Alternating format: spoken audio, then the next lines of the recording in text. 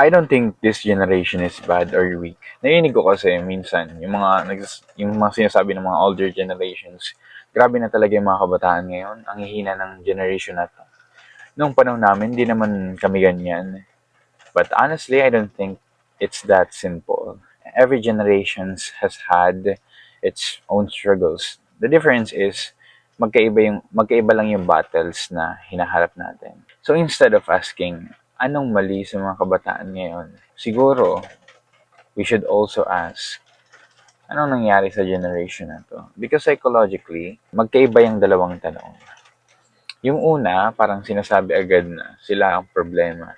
Pero yung pangalawa, it tries to understand what shaped them into who they are today. And if we really want to help this generation, I think understanding should come before judgment. Think about it. Bakit kaya ang daming young people ngayon na galit agad, laging kino-compare yung sarili, sobrang lonely kahit napakaraming followers, sobrang distracted, hirap mag-focus, addicted sa iba't ibang bagay. Lagi naghahanap ng validation, may mababang tingin sa sarili. Pero kahit na na-achieve na nila yung gusto nila, parang may kulang pa rin. Bakit kaya mas common na nating marinig yung tungkol sa anxiety, burnout, depression, self-harm, or loneliness?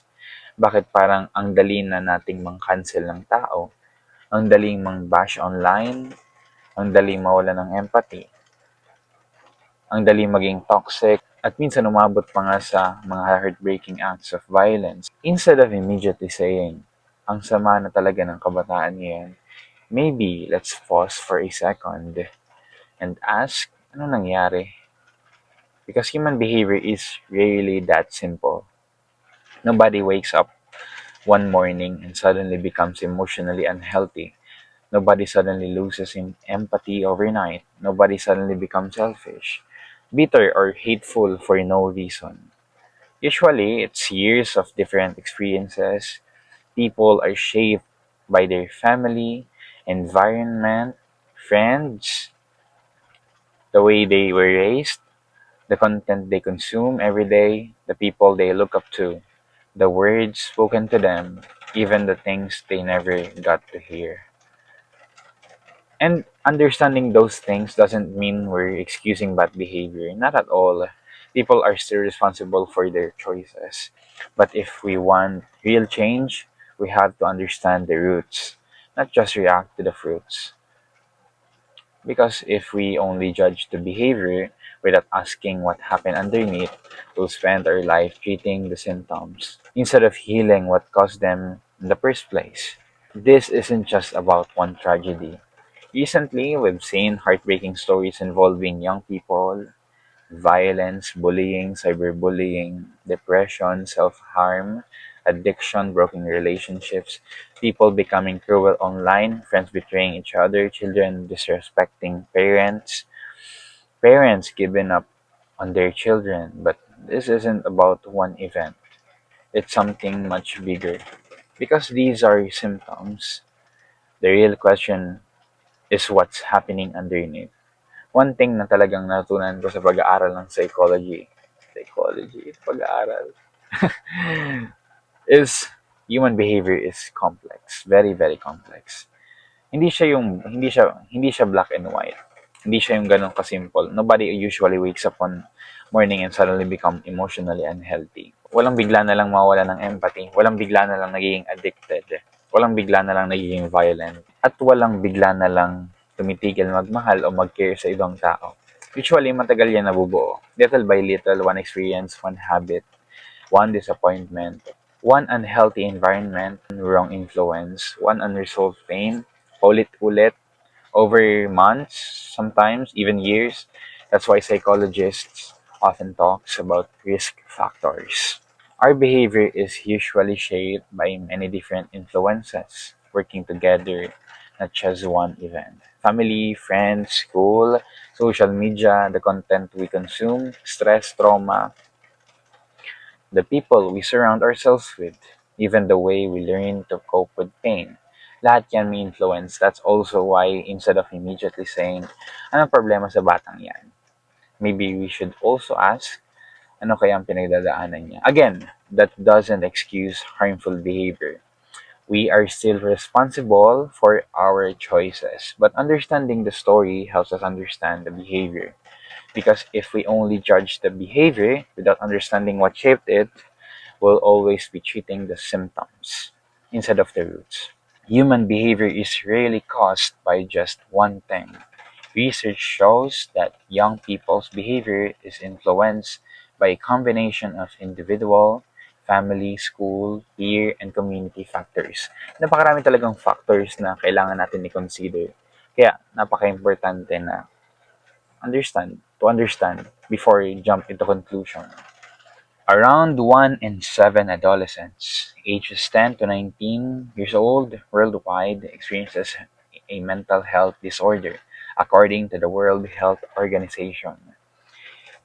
Research shows that bullying, peer rejection, low self-esteem, social anxiety, and depression are among the major factors linked to loneliness in young people. Again, honestly, I think that's why understanding is very, very, very important because every behavior has a story. That story doesn't justify hurting other people. Let's be honest, never pa sa history nagkaroon ng generation na may ganito ka-access sa information. Literally, isang search lang, isang TikTok, isang YouTube video, isang ChatGPT prompt, may sagot ka na. Pero here's what I have learned. Information doesn't automatically become wisdom. Hindi porket marami kang alam, ibig sabihin marunong ka ng mamuhay. Hindi porket updated ka na sa lahat, ibig sabihin emotionally mature ka na rin. Think about it. We have more followers pero mas maraming lonely. Maraming ways to communicate pero mas konti yung genuine conversation. Mas maraming entertainment pero mas hirap tayong mag-focus. Mas connected tayo online pero minsan mas disconnected tayo sa mga tao sa paligid natin. Mas maraming options, pero minsan mas konti yung empathy. Now, don't get me wrong. I'm not saying technology is bad. Actually, sobrang thankful ako sa technology. Without it, di mo rin makapanood tong video na to. Di rin ako makagawa ng, syempre, pambihira. I mean, thankful ako sa technology. Di rin ako makapag-share ng natutunan ko. Technology itself isn't an enemy. It's a tool, but the real question is how are we using it? Because the same phone can help you learn or waste your whole day. The same internet can build your character or slowly destroy it. The same algorithm can inspire you or influence you in ways you don't even notice. At the end of the day, technology isn't shaping us by itself. Our daily choices are every scroll, every video, every conversation, every habit. Little by little, they are shaping the kind of person we're becoming.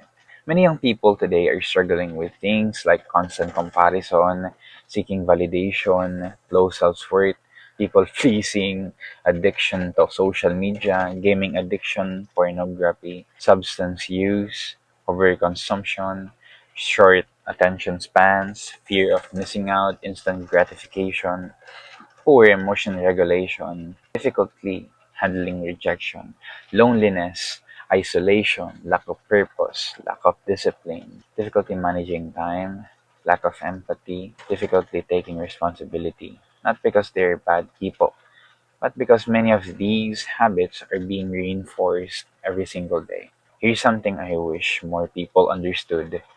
Good character doesn't happen by accident. Neither does kindness. Neither does patience. Neither does integrity. Children aren't born knowing how to forgive, how to apologize, how to regulate emotions, how to handle rejection. Those things are learned. Natututunan. They're practiced. Now practice. They're modeled. Namomodel.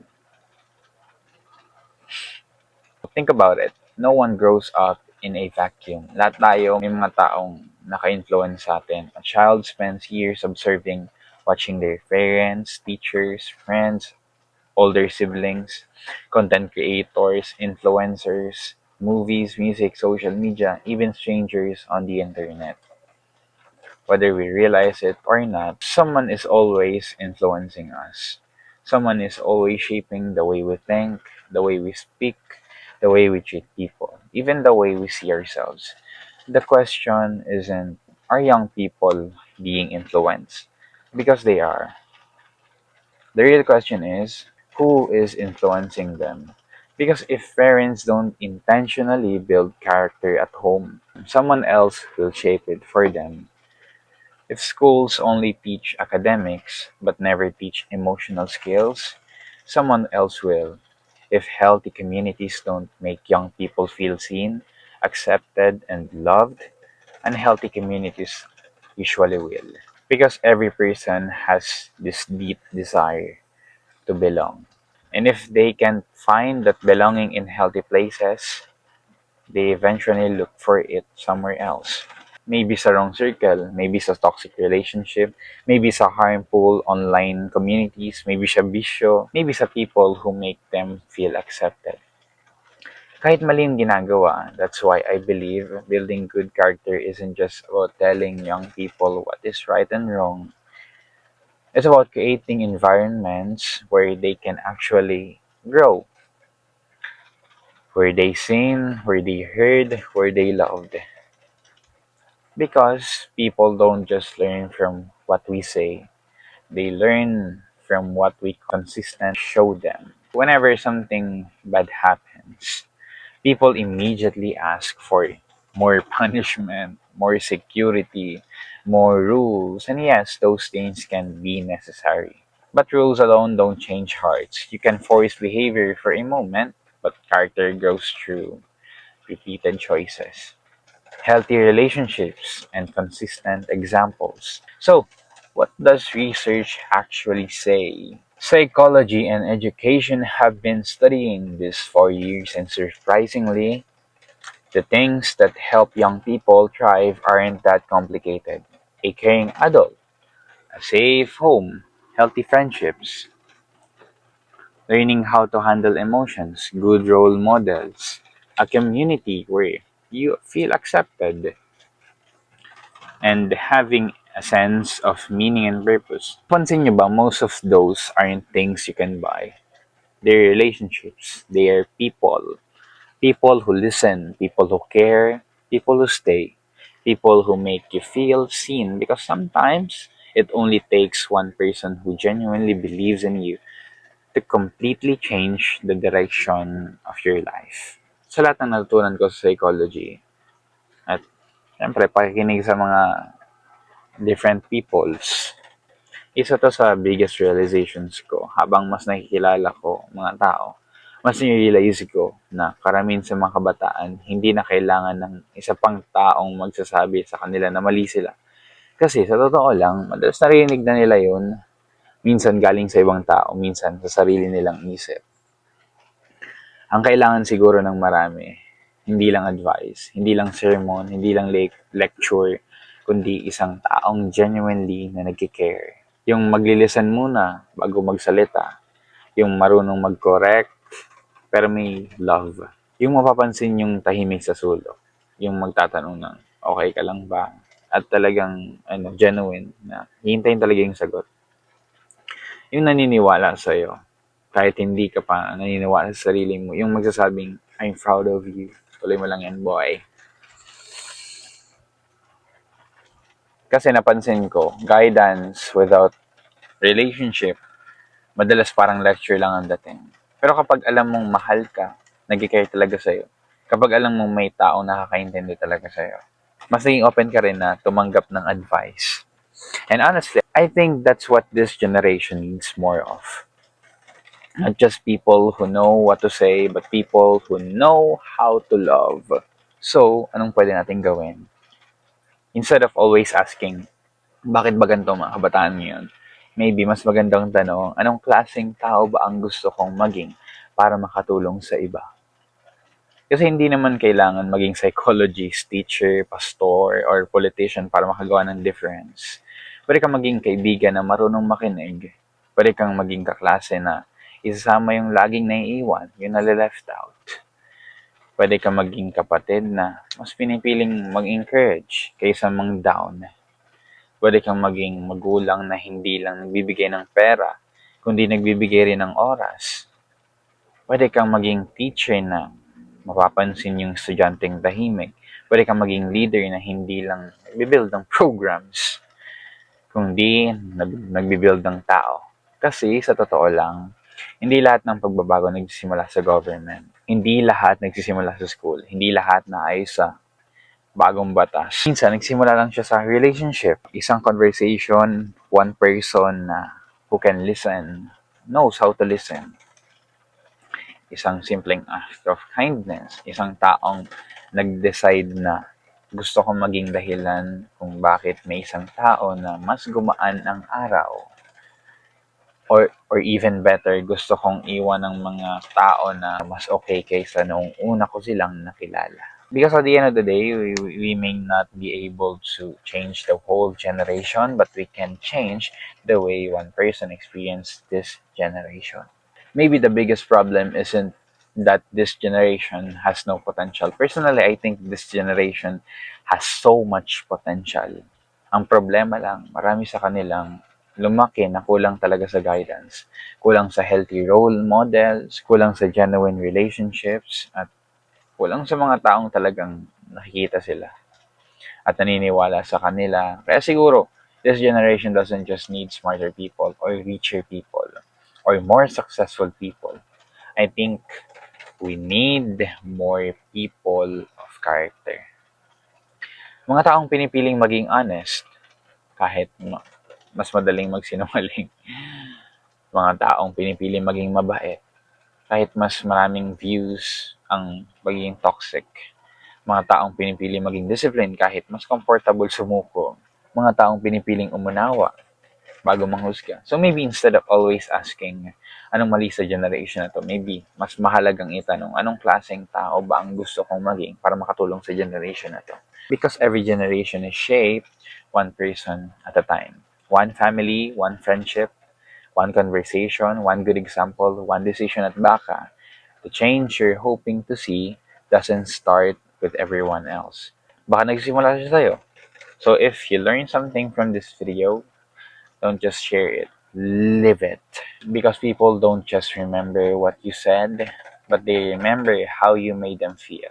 And who knows, one day, you might become the reason someone chooses to keep going. Now, I also don't want us to leave this conversation thinking, so wala naman tayong magagawa kasi environment lang pala ang dahilan. No, psychology tells us that our environment, family, friends, and experience greatly influence who we become. But influence is not as the same as destiny. Let me tell you about someone.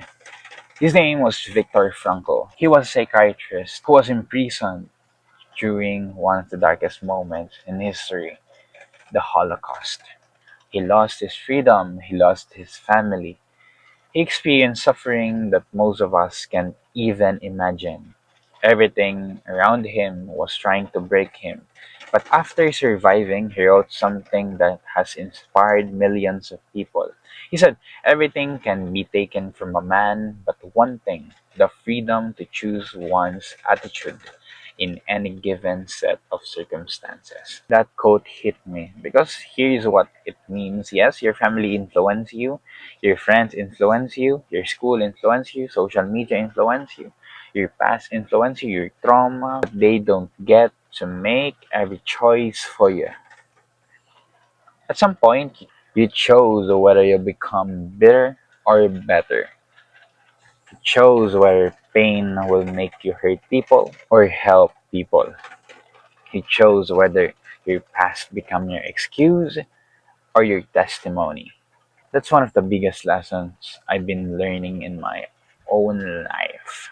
Before I end this video, gusto ko lang share yung personal realization ko. Honestly, I'm still not the person I ultimately want to become. I still have a lot of flaws.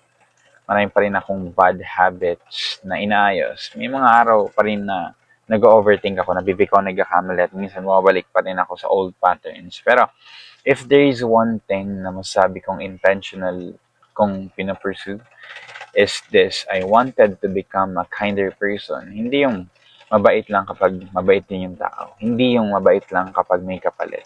Pero genuinely kind. Little by little, I started asking myself, paano ba ako magiging blessing sa ibang tao? So I tried to improving the way I love people. Sa words ko, sa actions ko, sa time ko, sa pakikinig, sa pag-intindi, sa pag-help ko kahit malit na bagay lang. Minsan financially kapag kaya. Minsan sharing what I know, whether it's fitness, nutrition, skincare, studying, life, or simply listening to someone for hours. Hindi naman ako perfect, pero I genuinely enjoy serving people. And honestly, ang sarap pala sa feeling. Hindi dahil may kapalit, pero dahil alam mong kahit papaano may natutulungan kang tao. At the same time, I also realize na character doesn't just grow because you get older. You have to practice it. That's why naging intentional din ako sa lifestyle ko. Spiritually, mentally, emotionally, physically, socially, financially, holistically. I started building small habits, reading, journaling, working out, learning, reflecting, listening, serving, trying again after failing. Hindi isang malaking decision, pero thousands of small decisions every single day. And believe me, it wasn't easy. Marami akong kinailangan i-let go. Comfort, excuses, wrong mindsets, some habits, some version of myself. Growth always asks for something, and sometimes what it asks you to give up is the person you used to be. Kaya siguro ako gumagawa ng videos ngayon kasi na-realize ko, kung sa mga kaibigan ko lang share ilan lang maabot ko. But if I share this lesson online, maybe one person somewhere needs to be hear exactly what I am learning today. Hindi dahil expert na ako, hindi dahil perfect na ako, pero dahil sabay-sabay tayong lumalago as human race. Yes, your environment affects us, our family affects us. Psychology even shows that all of these influence how we think and behave. Pero eventually, this comes a point where we have to ask ourselves, anong klaseng tao ba ang gusto ko maging? Because healing is personal. Growth is personal. Character is personal. No one can choose it for you. People can inspire you, guide you, love you, support you, but at the end of the day, ikaw pa rin ang pipili kung magbabago ka o hindi. Personally, my biggest help has been God. I honestly don't think I'd become the person I am today without Him. I'm still learning every day. I'm still growing, still failing, still trying again, still becoming. So, if there is one thing I want you to remember after this video, don't just chase success. Don't just chase money. Don't just chase popularity. Build your character because your character will stay long after your achievements are forgotten. And maybe the greatest goal in life isn't becoming the richest person or the most famous person. Maybe it's simply becoming the kind of person that wherever you go, people experience kindness, wisdom, peace, and love. Because this world doesn't just need more talented people, it needs more people with good character. And if you made this far in the video, thank you so much. See you to the next one.